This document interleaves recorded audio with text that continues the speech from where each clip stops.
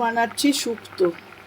সবজি দিয়েছি এতে বেগুন, পটল, ঝিঙে, সজনে ডাঁটা, কাঁচকলা আর উচ্ছে গোল গোল করে কেটে ভেজে নিয়েছি, বড়িও ভেজে নিয়েছি। তারপরে এই সমস্ত সবজিগুলো একসঙ্গে ভালো করে ভেজে নিয়েছি। সর্ষের তেলে ফোড়ন দিয়েছি, রাঁধুনি আর পাঁচফোড়ন দিয়ে ভালো করে ভেজে নিয়ে একটু ভাজা ভাজা হলে নুন দিয়ে আর জল দিয়ে সেদ্ধ করতে দিয়েছি। সেদ্ধ হয়ে গেলে সেদ্ধ হয়ে গেলে এই উচ্ছে আর বড়ি দিয়ে দিয়েছি যেগুলো ভেজে রেখেছিলাম, দিয়ে আবার সেদ্ধ করব। সেদ্ধ করার পর এইখানে এই আদা সর্ষে পোস্ত বেটে রেখেছি, পুরো সেদ্ধ হয়ে গেলে আদা সর্ষে পোস্ত দিয়ে দেবো আর একটুখানি চিনি দেবো। একটু তেঁতো তেঁতো মিষ্টি মিষ্টি শুক্তো খেতে খুব সুন্দর লাগে।